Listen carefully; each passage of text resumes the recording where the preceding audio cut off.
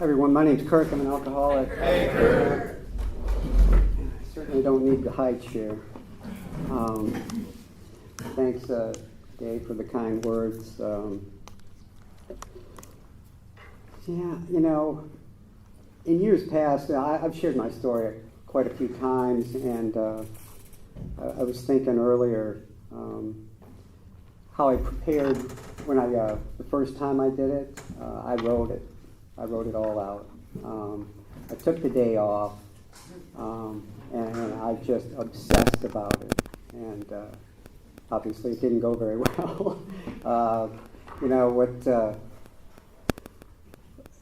I found that the less I prepare, the more what needs to be said is said. My sobriety date is December 27th of 2005. I have a home group, and this is it. Very honored to be a part of it and have a service position in it and play a small part in making sure that this building is habitable for us to have our meetings in a comfortable and safe manner.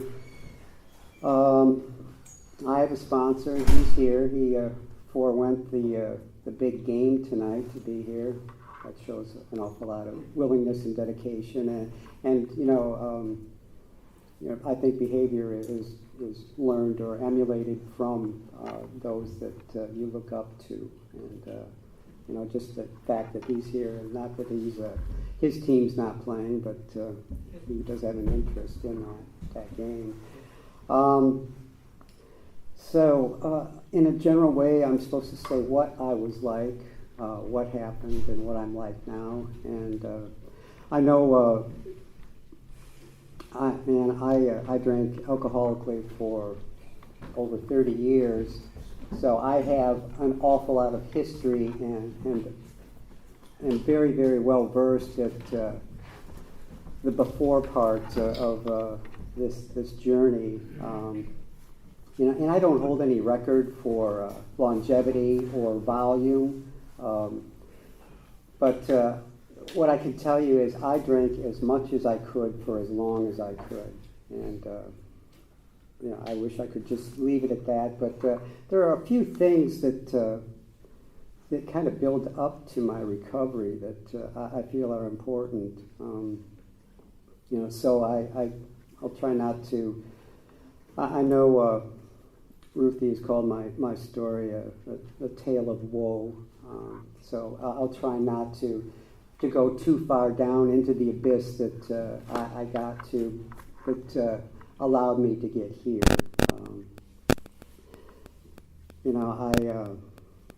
In terms of growing up,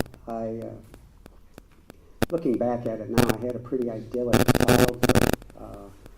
I didn't think so at the time because I was a spoiled little brat, and nothing was ever good enough for me. I had 4 brothers. One of them is an alcoholic, so 2 out of 5. I guess genetically, and my grandfather was an alcoholic, so genetically, I guess I'm predisposed to alcoholism, but I found out one other thing too. It kind of doesn't matter how you get it. I know I got it. And what I do about that is what's important. For many, many years, I knew I was an alcoholic and kind of didn't care. Denial was never my problem. Apathy was. When I found out that I was an alcoholic via a treatment facility, and from that point on, for me, what I learned, and I went to that facility in 1988, and my sobriety date is 2005, so I didn't quite get it right away. I had to think about it for a bit. And, what I learned is that, yes, they said it was a disease. I had it. It's chronic, which means it's treatable, not curable. And I also learned at that time that it was more of an explanation as to why I drank the way I did, not as any malady really that had to be dealt with immediately, obviously. So before that, I kind of went through 3 stages, or well, first of all, there's our literature talks about anything that's not shared from the heart isn't heard by the heart, but and there's a solution that talks about each individual describes in a way how he established his connection with God, and that's what the story should be about. And I guarantee you, during the course of my life, I went a couple years at one time without drinking, just abstaining without doing anything in terms of recovery. But there certainly was no God in my life at that time. So the biggest difference between, for me, not drinking and recovery is the spiritual aspect, which I don't know. I know I'd be a goner without it. Left to my own devices, I don't do very well. Once I start to drink, I don't stop. But I was just born ill-equipped to deal with life on life's terms. And so for me, in the beginning, for whatever reason, I always felt apart from, less than, even in my own family. They all loved me to death. My mother, father, brothers, we fought a lot, but we're brothers, that's what we do. But for whatever reason, I just didn't feel home or comfortable, in any setting, at home, at school, playing baseball, doing whatever. I was always small, so I had this kind of inferiority complex that I had to be extraordinary just to be at the same level as everyone else, and I wasn't extraordinary in any regard, so I was less than. So what alcohol did for me in the beginning, it empowered me. It gave me the courage to do things that I normally would never be able to do. In high school, it was, it allowed me to go to the dance, to actually talk to a female, to actually dance with a female, under the influence of alcohol. Sober, I wouldn't even go. I was so afraid of the whole setting, the whole situation. So alcohol gave me the courage to do an awful lot of things that I normally would not have done. Even my grades, in the first couple of years of high school, my grades were rather average, mediocre to average. Once I started to drink, and I didn't drink all day, every day. Back then I could turn it on and off, but it was when I needed the liquid courage, it was there. And I went from average grades to nothing but A's. It just gave me this confidence that allowed me to, like Richard says, to come out and play and to really be myself. And there was no consequences, and I could turn it on and off. So, it was definitely my solution to my inability to deal with life. And that changed. It took a while for it to change, and it occurred gradually. I went to college and, didn't excel in college. And I picked my poor father. God, he died in 1993.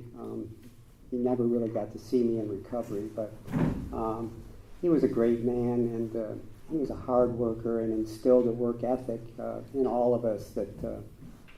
And he was a firm believer that you should do what you really like to do. And I remember at an early age, he goes, "What do you want to do or what do you like to do? What do you want to be when you grow up?" And I said, "Well, I'd like to hang out at the golf course." And he just kind of chuckled and said, "Well, I don't know how much money you're going to make hanging out at the golf course." But to this day, I'm still hanging out at the golf course. So I found a way to get to do what I wanted to do and somehow call it a profession or a avocation or a vocation. Yeah, I'm in the golf business. What an environment for an alcoholic to be in. It's work hard and play hard. Surrounded by a bunch of people who, for the most part, are pretty wealthy and for the most part really like to enjoy life. And when they would come to the course or the club, they would turn it loose, and I just fell in love with the atmosphere and that lifestyle. And I'm still there today. I don't partake in all the extracurriculars, but I really enjoy the environment. And for a person, I like to say that I'm a closet extrovert. I would like to be friends with everyone. I would like everyone to like me. I would like to be Mr. Congeniality and embrace all of humanity, but I'm really not that person. But I hang around with people all day, and I found a way to, in recovery especially, to feel comfortable around people and not be intimidated, feel less than, or feel obligated to prove myself to anyone. And it's really a comfortable spot to be in. But anyway, so I fell into the lifestyle of work hard, play hard, and at some point, my stages basically went through. My drinking went through 3 stages. First, it was fun. Then it was fun with problems, and then it was kind of nothing but problems. So when the problems started, they were in the form of, what else would they be? Drunk driving violations, wrecked cars, lost cars, just a bunch of crazy behavior that, I reached a point and I crossed the line at some point where, I no longer fought escape through drinking, but I embraced it. I just, for so long, right after college, I was really gung-ho on making a mark for, in the world, being the best at my profession that I could be, to really excel, to make a name for myself. And somewhere along the line, I really became disillusioned with life in general and with any career aspirations. I just said, screw this. This is just too hard.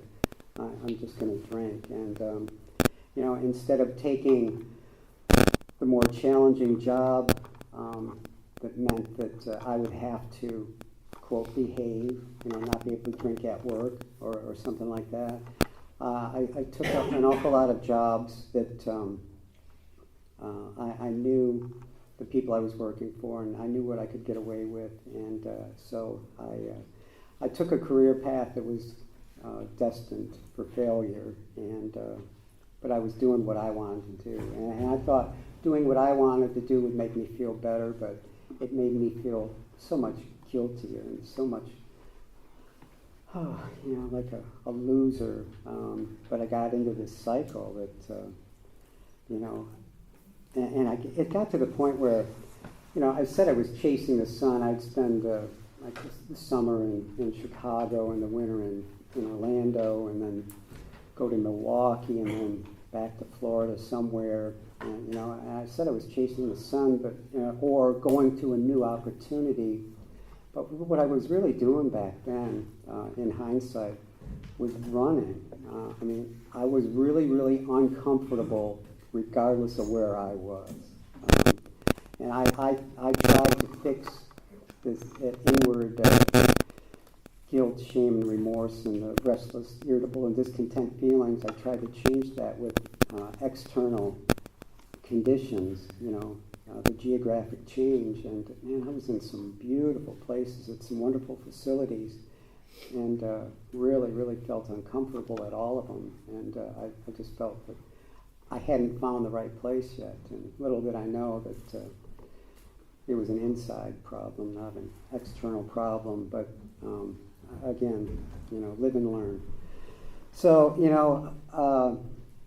I mentioned that I went to a treatment facility. Building up to that,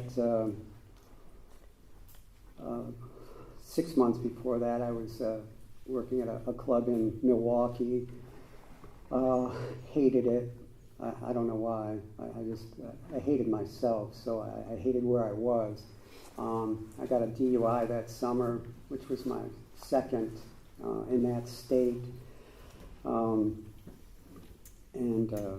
Man, I couldn't get out of Wisconsin fast enough, and I hopped on a plane and went to Orlando. And I end up working at Disney World, of all places. And here's the most distraught, miserable person on the planet working at the happiest place on earth. Very incongruous and very uncomfortable for this guy. I mean, God, it was hard. And by this time, I'm not an everyday drinker. Once I wake up in the morning, it's on. I can't handle the way I feel without some sort of mood-altering substance. And so I stayed at Disney. God, I don't know how, 4 or 5 months, and the pressure just got to be too much. Every day I'd go to wardrobe and get what I was supposed to be wearing, and here's someone putting on a mouse outfit, and I'm like, Jesus, I can't do this anymore. Here's Cinderella, here's all these dwarfs and things, and here's this curmudgeon that's like, God, none of this doesn't make any sense to me at all. So one day I just called in and said, I can't do this anymore, I quit. And the plan was just to drink, stay home and drink. And it was a wonderful plan, with one drawback. Any money that I had accumulated, I squandered. So I'm living with friends, and they expect me to pay rent, and I don't have money for rent. So, of course, I have a safety net, and that's Mom. And so I call Mom and say, look, I need money for rent. And sure enough, about a week later, I get an envelope in the mail, and I'm like, yeah, Mom comes through. And but it wasn't a check or a wad of cash or anything like that. It was a one-way plane ticket home, and kind of knew something was up. I just said to myself, this can't be good. But at that time in my life, I really had no other recourse, no other option but to hop on the plane and go home. And they knew what was going on in my life. While I was working at Disney, I started to develop some physical problems. Vomiting blood a lot, and I was going to the emergency room a lot, and all those medical records were sent to my permanent address, which was my parents' address. The DUI stuff, all the legal stuff from the state of Wisconsin was sent to my parents' address. So my parents knew I was floundering, and they kind of just reeled me in, and their idea was to go to this treatment facility. And I, again, I had no recourse. I went, learned a lot, and I became a half-stepper at that point. I took the first half of the first step. I admitted I was powerless over alcohol. I could not deny that once I start drinking, I don't stop for any reason, no circumstance, no consequence, nothing matters, But you couldn't tell me I couldn't manage my own life. At that point in my life, I'm doing all right. I just, I couldn't find the right job is all, and the people weren't right, or something. There was some external factor that was my bane, that was causing me all these problems. It wasn't me. I know. I mean, I'm college educated. I've been around. I know how to manage.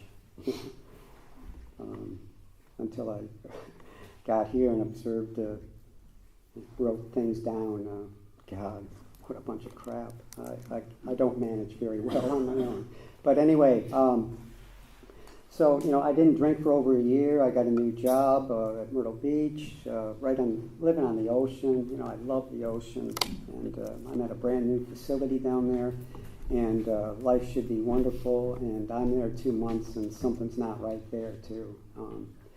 And by this time, yes, I'm not drinking, but I went to one meeting when I got to Myrtle Beach, and it wasn't convenient for me, so I had to cut that meeting out, and had to quit that stuff.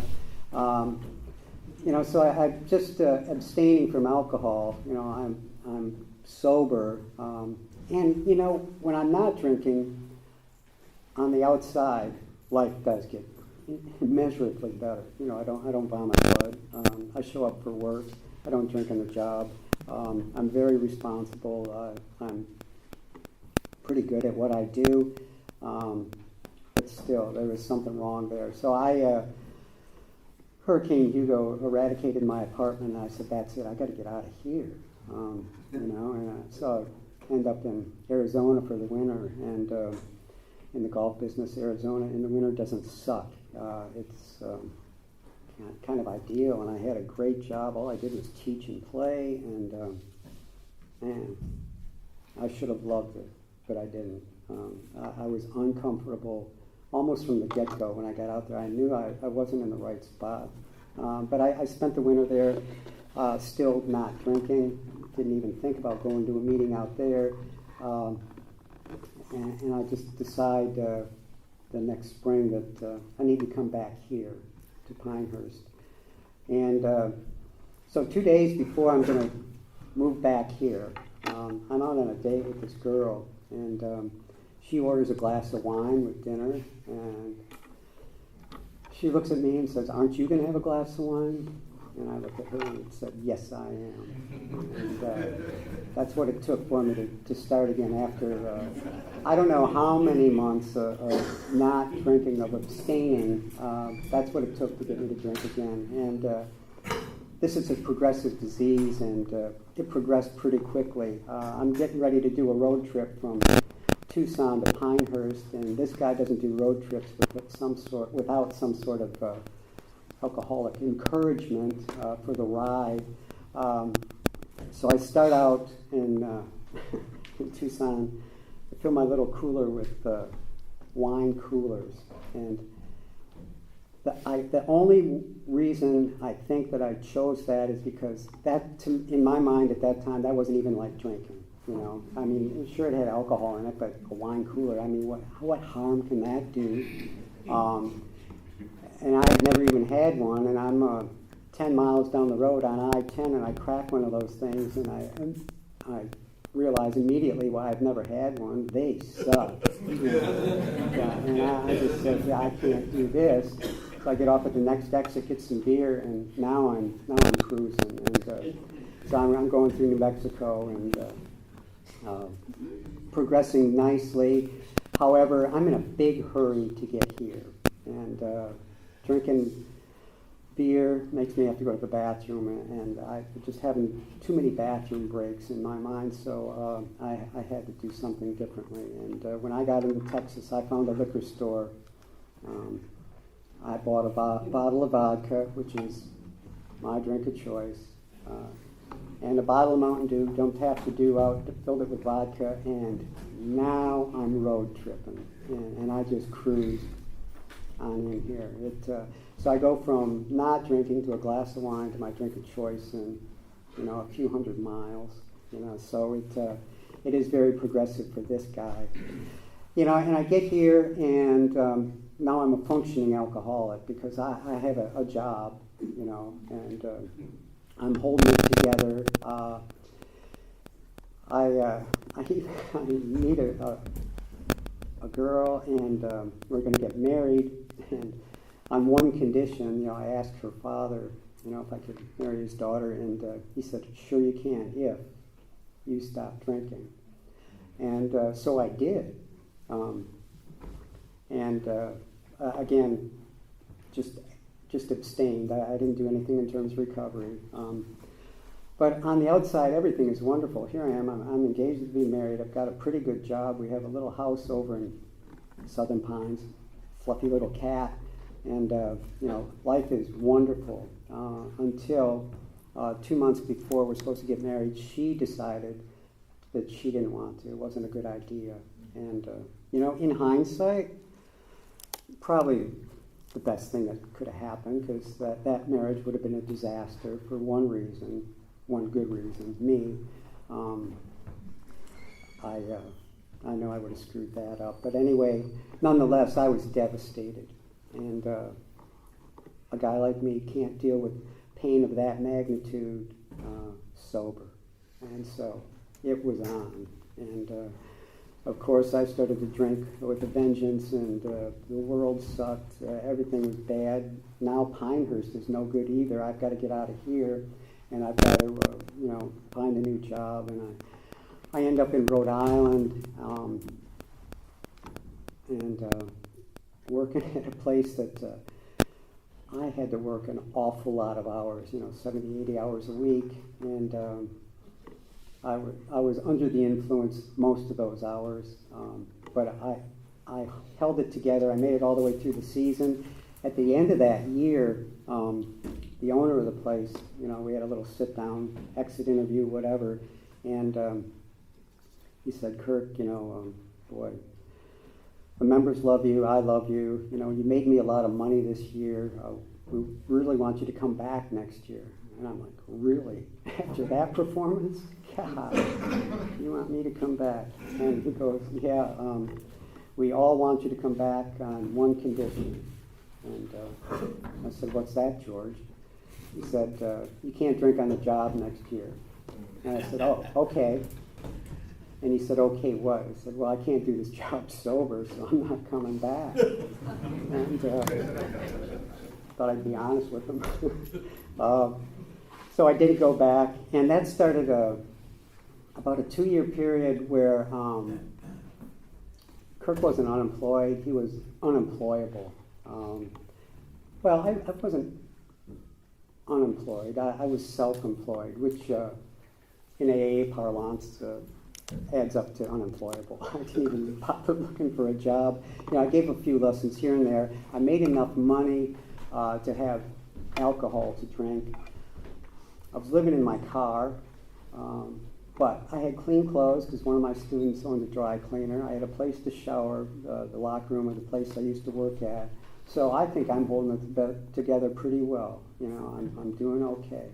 I'm living in my car. And that came crashing down. I got a DUI up there, and that was a costly one in that, I lost my license, lost the car. With losing the car, I lost my residence, so now I'm up there and I'm homeless. And not for long. My friends came and bailed me out, and I stayed up there for a couple more years, going through the motions. My old boss gave me a part-time job back, and I've just, I am just a miserable person, kind of slogging through life, trying to tolerate my miserable existence as best I can. And,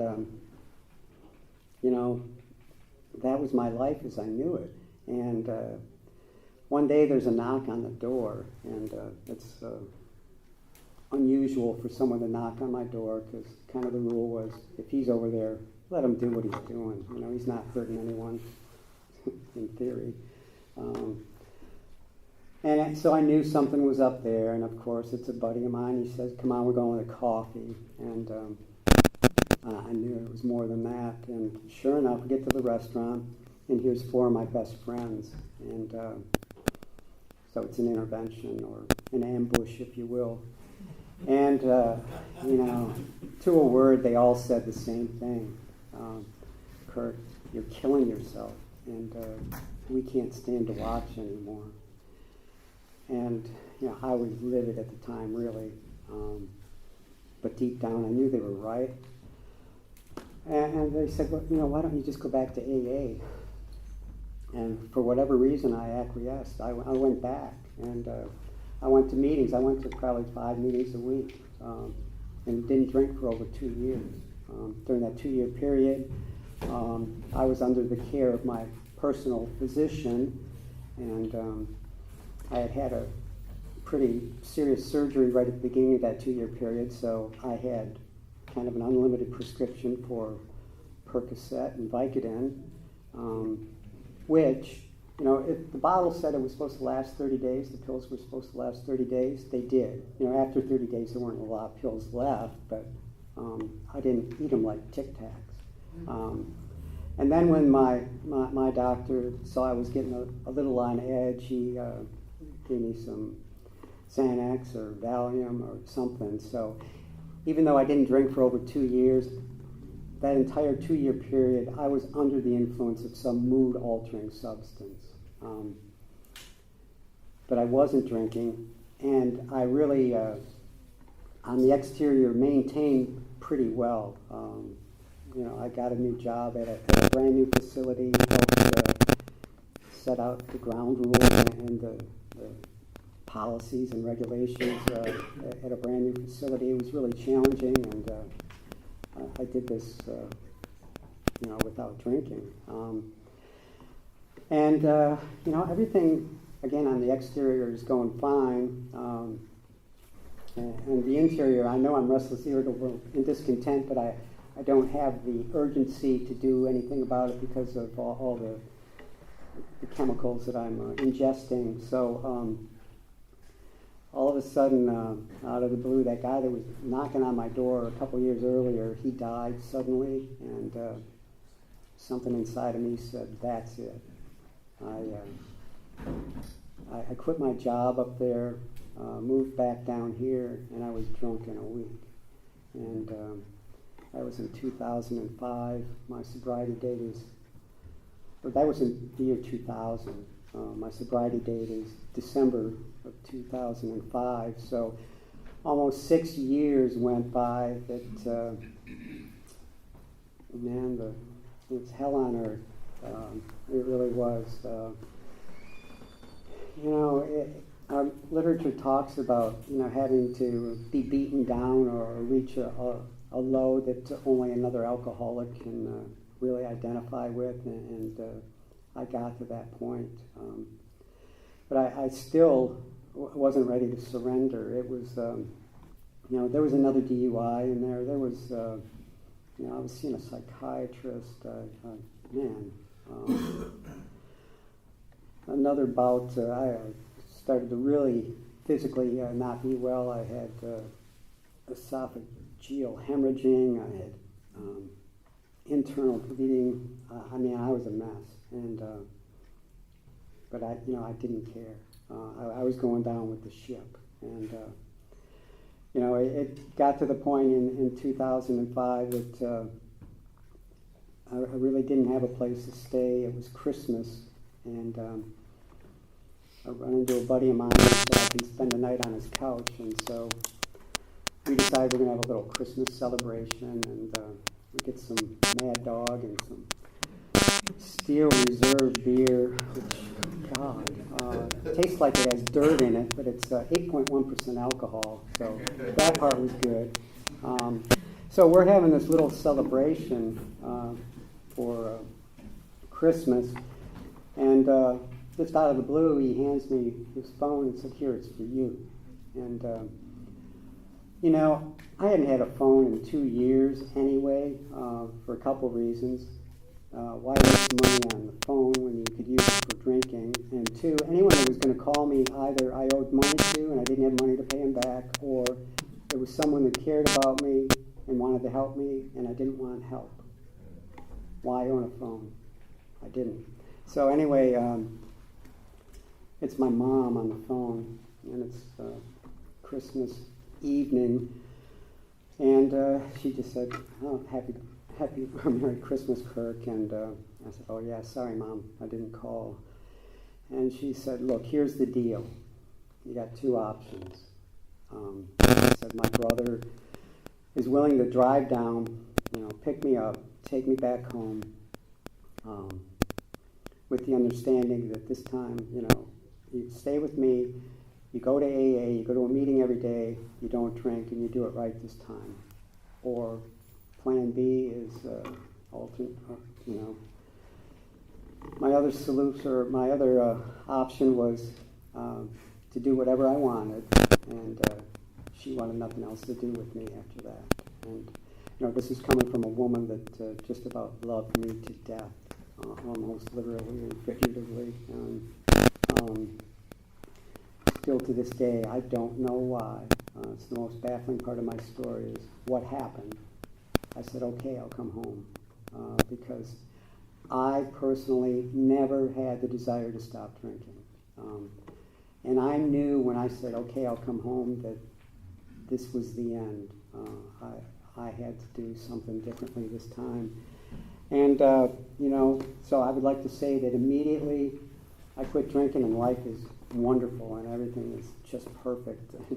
Wrong.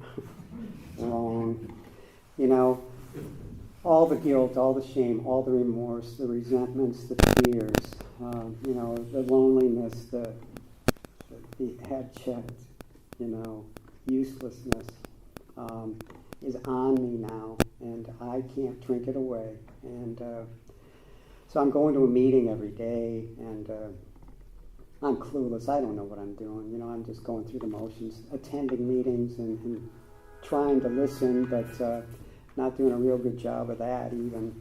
Finally, this old man approaches me one day and says, well, Kirk, you seem to be pretty earnest about this recovery thing.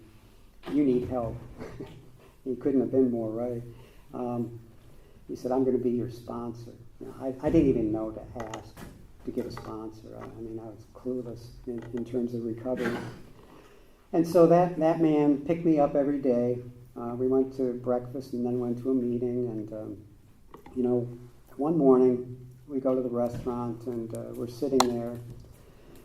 And I'm just sipping on my coffee and maybe reading the paper. And out of the blue, he asked me, he just looks at me and said, do you pray? And I looked at him like he was speaking Chinese. I'm like, what the heck does this have to do with anything? And I didn't say anything. And he just said, I'm going to take that as a no. He said, you better start. And I said, okay, Ron, here's the deal.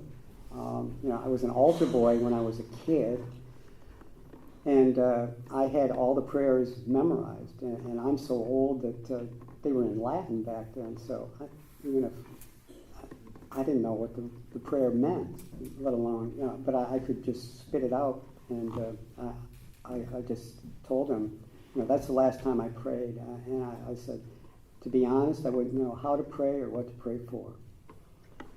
And he asked me, did you have a desire to drink this morning? And I thought about that, and I said, no. And I'm going to preface this, I had this mental obsession that for about 30 years, if I wasn't drinking, all I could think about was how I was going to, when the next one was going to be and how I was going to get away with taking it. I was consumed with this mental obsession, and now it's gone.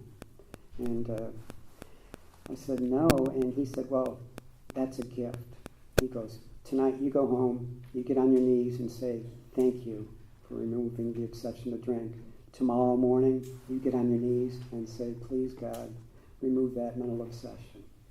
And I've done it every day since. And I can say every day almost without exception, and the obsession has been removed. For a guy like this, that's exactly what I needed, because I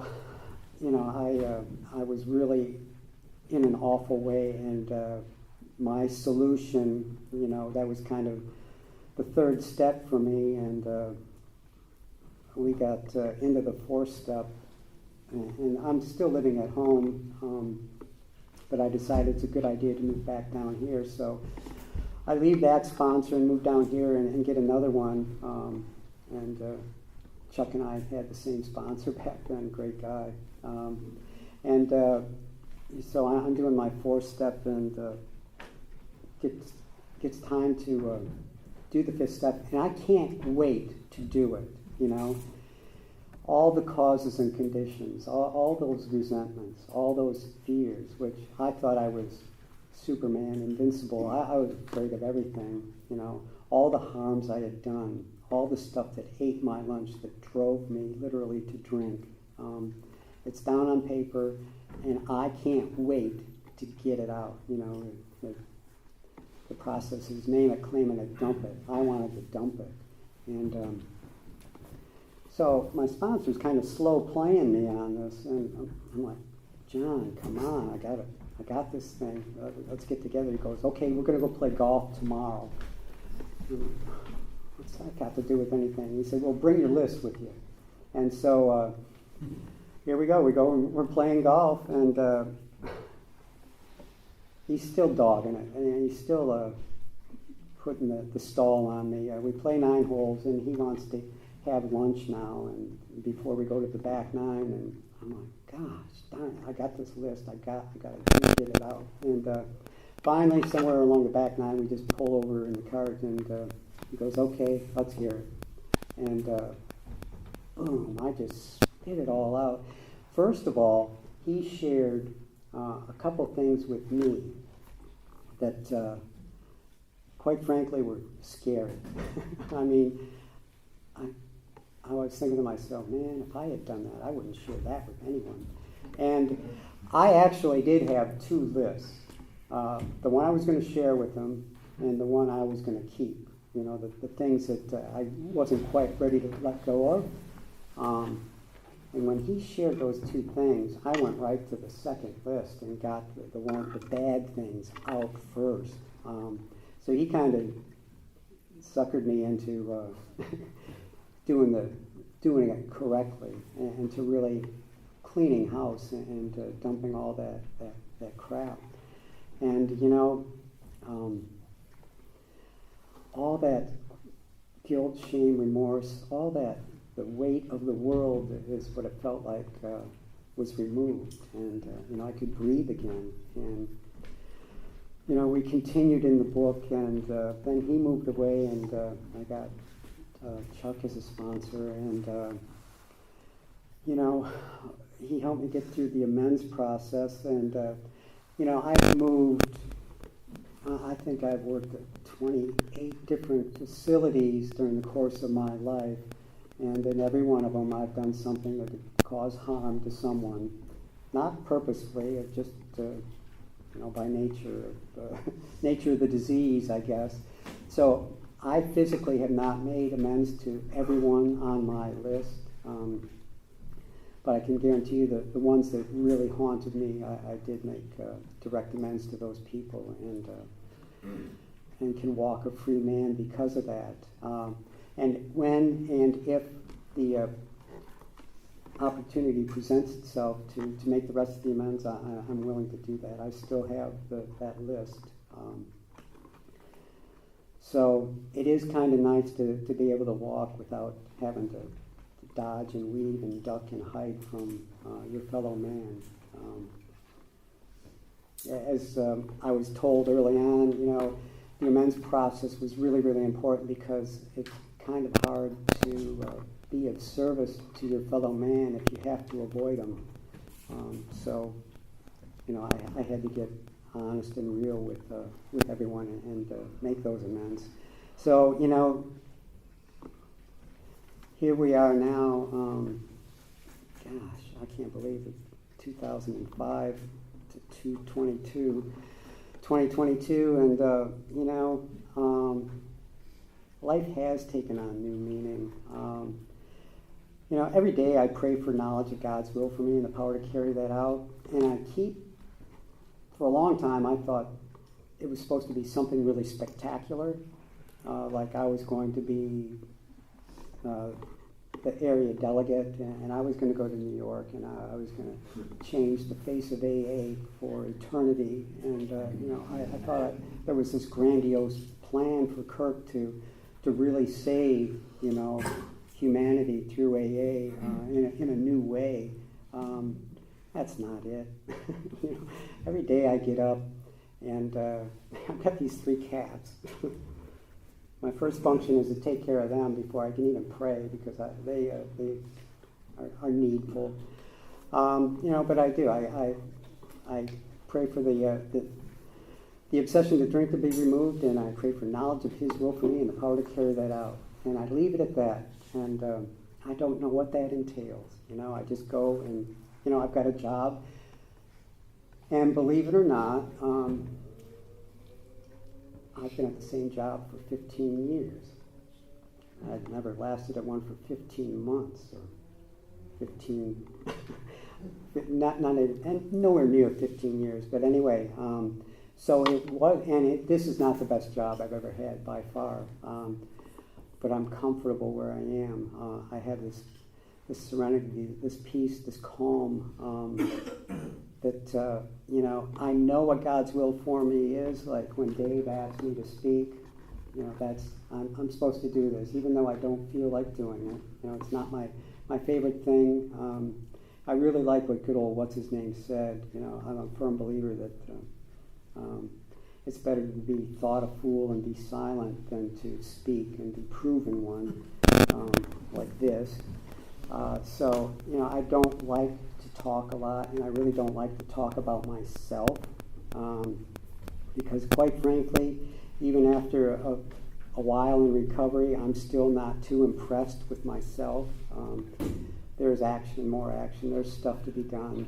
There's still, even though the 7th step talks about removing the defects of character, those things that are objectionable to my usefulness to God and my fellows, they're not gone, they're not eliminated, they're just set aside, but they appear every now and then, so I'm far from perfect. But at the end of the day, I can live with myself, and the 10th step is got a panacea for all my humanness. I say some things that are kind of funny sometimes, but I have to realize that they're very hurtful too at times, and I cross that line every now and then, and so I have to make amends, and I hate making amends. So, restraint of tongue for me is kind of important. This room, this building, I love this place. I really liked it. The first time I walked in this room, it was not my idea to walk in here. I was grateful because I walked in that door, kept walking, I didn't sit down. I walked in the kitchen, I saw there was a back door and walked right out and went and got drunk. So I was grateful that there was a back door, and I could escape. My gratitude for the building has changed a little bit since that day. I've met so many wonderful people here and learned so much from everyone, and I see so far because I stand on the shoulders of giants, literally. You people are what it's all about. This fellowship is everything to me, and I sit over on the wall, and I don't interact an awful lot, but I observe what's going on. I observe, I don't judge. That's a lie. But I do. I see what's going on, and my heart always fills with joy to see someone come in and pick up another white chip, or someone to come in and pick up, like Jonathan, 8 years, or John, 35 years the other night. It's just testament that this really does work.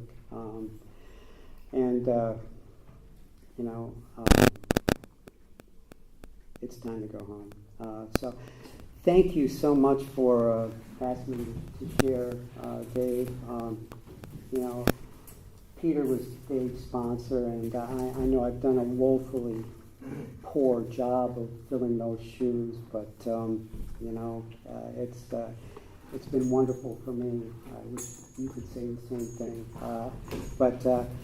So I love you guys. Thanks so much for letting me share.